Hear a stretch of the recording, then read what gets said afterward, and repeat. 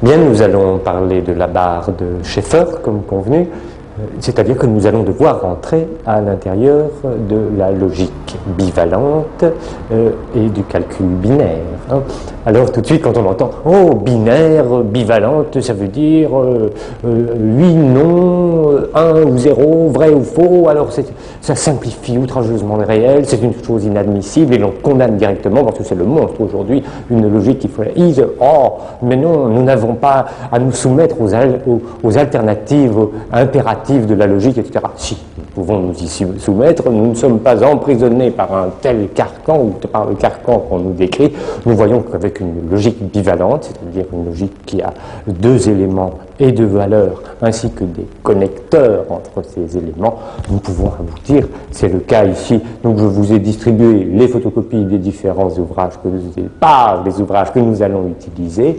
Nous allons voir ici, c'est une table de vérité classique qui vient d'un ouvrage classique, c'est-à-dire qu'on enseigne la logique élémentaire, c'est de M. Gilbert Ottois, et M. Gilbert Ottois donc a 2 éléments, P et Q, qui peuvent être vrais ou faux, et dans tous les ordres possibles, ça nous donne ces 4 possibilités-là. Alors, si l'on connecte ces éléments vrais ou faux, eh bien, ça nous donne 16 possibilités. Si vous voyez à la fin de la colonne, nous sommes à 16 possibilités. Ça veut dire que nous avons fait 2 exposant 2, exposant 2, hein, ce qui est déjà pas mal, parce qu'avec 16 possibilités, on n'est pas vraiment dans une logique à prendre ou à laisser noir-blanc, n'est-ce pas, et pourtant, nous sommes dans un calcul binaire et bivalent. Alors, qu'est-ce qui se passe avec ces connecteurs? Donc, il les a numérotés. Notre auteur, M. Ottois, a numéroté, ce qui est bien pratique, parce que si vous prenez par exemple le numéro 1, il l'a numéroté, mais il lui a donné un nom. Il l'a appelé T. Pourquoi T? T, c'est tautologie. Pourquoi tautologie? Parce que c'est toujours vrai. Si P et Q, les deux vrais, toujours vrai, faux, vrai, toujours vrai, toujours vrai, toujours vrai. Donc c'est toujours vrai, ça marche toujours, c'est d'ailleurs pas très intéressant, n'est-ce pas, hein? De la même façon, ici le numéro 16, il est toujours faux. Quel que soit l'ordre des valeurs que l'on accorde à P et Q, il est toujours faux, donc c'est une contradiction. C'est la contradiction. Mais nous en avons d'autres beaucoup plus intéressants, par exemple, celui-ci qui s'écrit comme ça, l'espèce de petit V, comme ça, c'est le OU. Ce qu'on appelle la disjonction inclusive, et nous voyons qu'elle est toujours vraie, V, sauf une fois, F, quand les 2 éléments, P et Q, sont faux. Donc, où la neige est blanche, ou la neige est noire, est une disjonction vraie, puisque au moins un de ces éléments est vrai.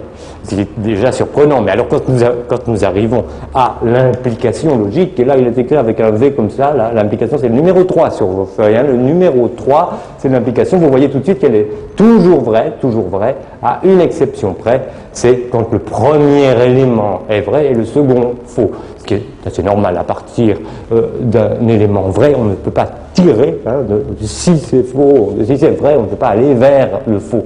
Mais en revanche, ce qui est assez amusant, c'est qu'à partir du faux, on peut tirer tout ce qu'on veut et le résultat sera toujours vrai. Ça se dit en latin, depuis toujours, dirais-je, et falso, c'est-à-dire à partir du faux, quod libet, ce que vous voulez.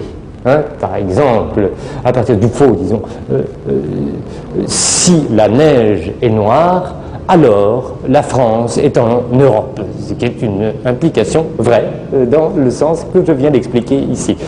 Ceci alors est absolument acceptable en logique, ce qui est assez amusant. Donc nous voyons qu'avec la logique bivalente et binaire, on n'est pas vraiment...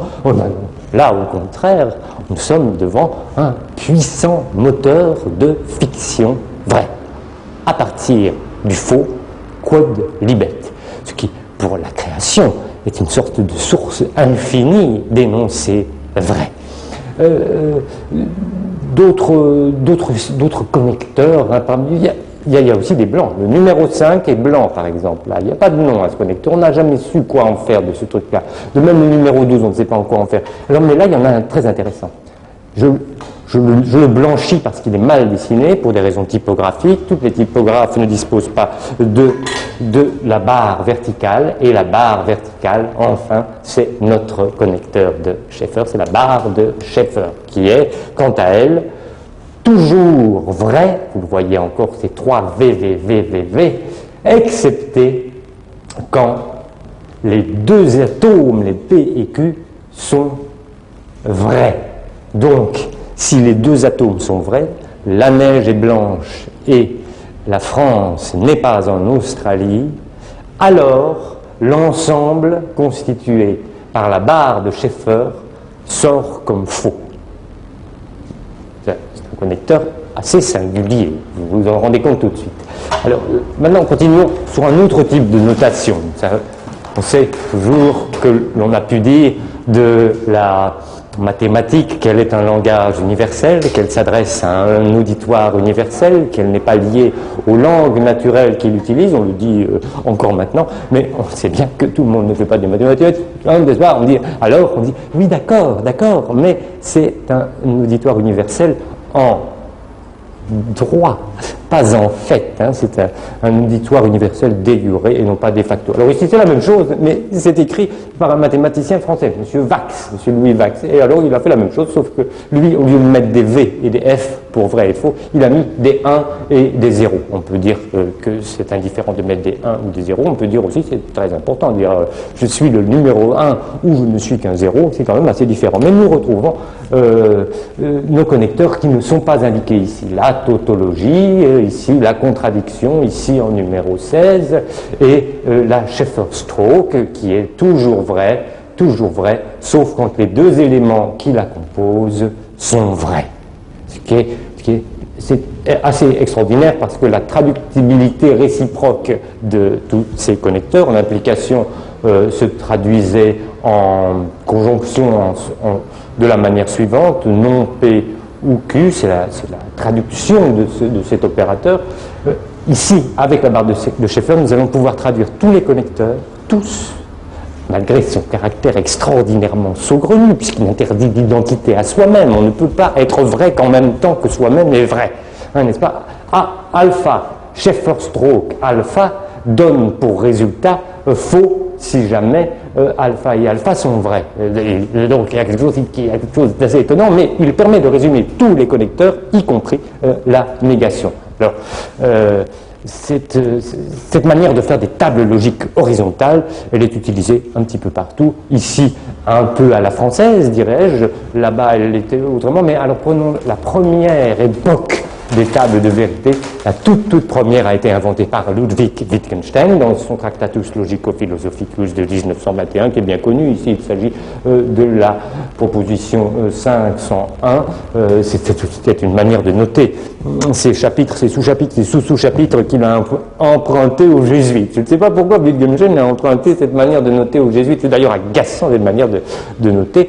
Mais enfin, nous retrouvons la même chose, hein, sauf que c'est un petit peu moins commode parce qu'il n'a pas refait le PQ avec toutes les possibilités, hein, vrai, faux, ou bien vrai, faux, qui nous donne toutes les valeurs possibles. Mais il a fait les valeurs des connecteurs. Nous retrouvons faux, c'est-à-dire la contradiction, hein, il l'appelle bien contradiction, et ici vrai, c'est tautologie, c'est ça, hein? Si ven P, so P, si P alors P, et ven Q, so Q, si Q alors Q, et nous retrouvons écrite à la façon dont elle a été écrite par son inventeur, la fameuse barre de Schaeffer. Alors, ici, ce qui est très surprenant, c'est que nous ne retrouvons pas la même table de vérité que celle qui était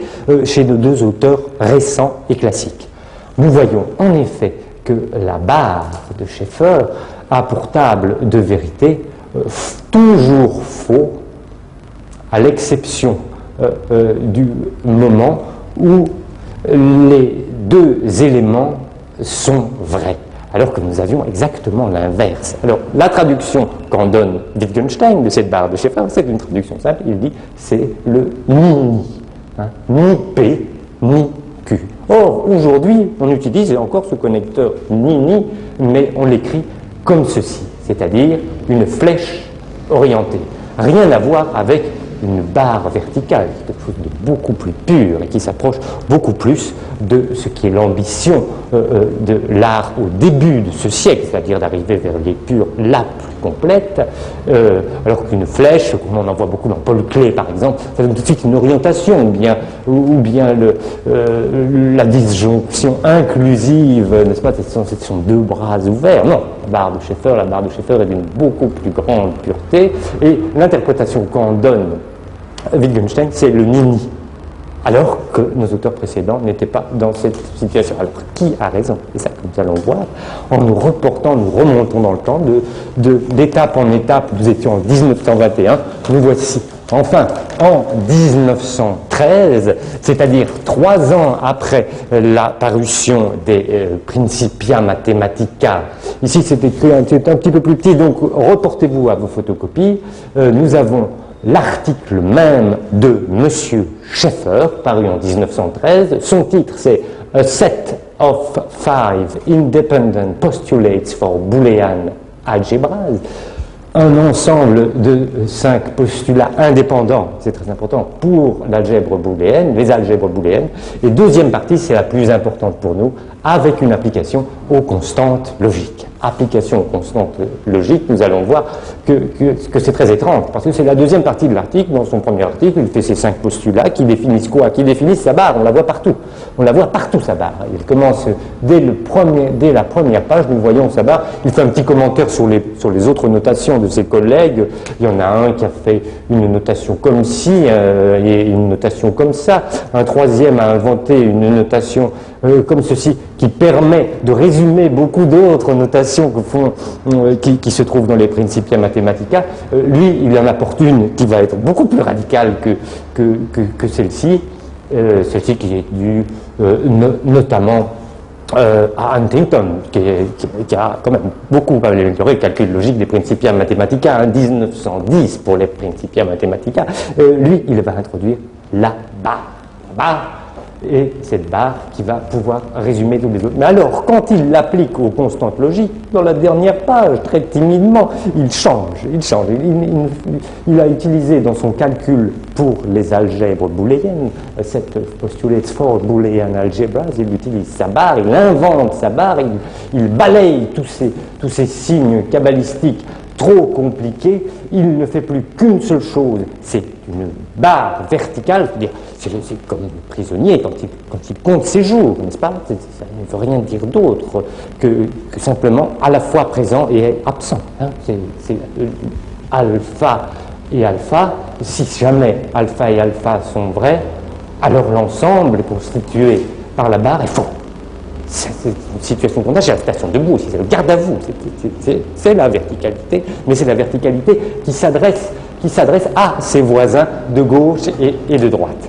Alors, quand il se met à parler, à appliquer cette extraordinaire découverte qu'il a faite pour le calcul booléen, il l'applique aux constantes logiques, et c'est la fin, très timidement, il change de notation et il fait un petit chapeau qu'on utilise encore maintenant pour faire le signe de la conjonction chez certains auteurs, mais il fait un petit chapeau, il oublie sa barre, mais toutefois, il a très bien compris l'importance de ce qu'il avait apporté à Principia Mathematica, l'importance de ce qu'il avait apporté à la logique. Dans la dernière phrase de ce petit chapitre d'application to primitive logical constants, dans sa dernière phrase, il dit « Thus we have made it possible to reduce by 1 each the number of primitive ideas and of primitive propositions used in the Principia Mathematica for the foundation of logic. » Ainsi, nous avons pu résumer en un seul toutes les idées, le nombre des idées primitives et des propositions primitives utilisées dans les Principia pour la fondation de la logique. Le signe qu'il a inventé pour le faire, c'est le signe qui porte désormais et pour toujours son nom, c'est la Schaeffer stroke, la barre de Schaeffer.